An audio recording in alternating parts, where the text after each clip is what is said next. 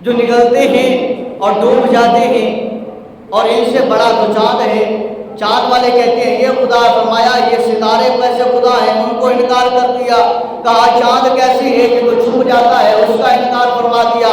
پھر سورج نکلا، سورج والے کہہ رہے ہیں یہ سورج سب سے بڑا ہے، یہ خدا ہے۔ آپ نے فرمایا یہ کیسے ہو سکتا ہے جو طلوع ہو اور پھر شام کو غروب ہو جائے؟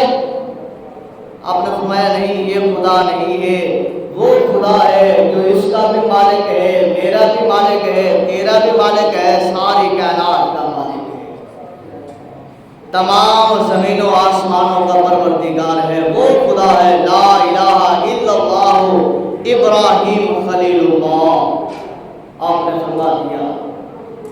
اب اسی وقت پتہ یہ چلتا ہے کہ جس مالک لم یزل نے جس کی ڈیوٹی لگائی ہے جس کام کے لیے، اس سے اللہ تبارک و تعالیٰ نے وہ کام لینا ہے۔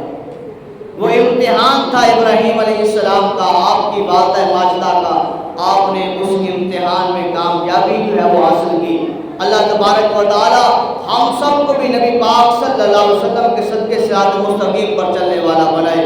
اب اسی وقار آپ کی سیرت کا واقعہ انشاءاللہ باقی اس سے آگے تمہیں جو ہے وہ ٹائم ہوگا پھر بیان کریں گے۔ آپ کی سیرت کے بارے میں ملتا ہے جو آیت کریمہ پڑھی، وَاتَّخَذَ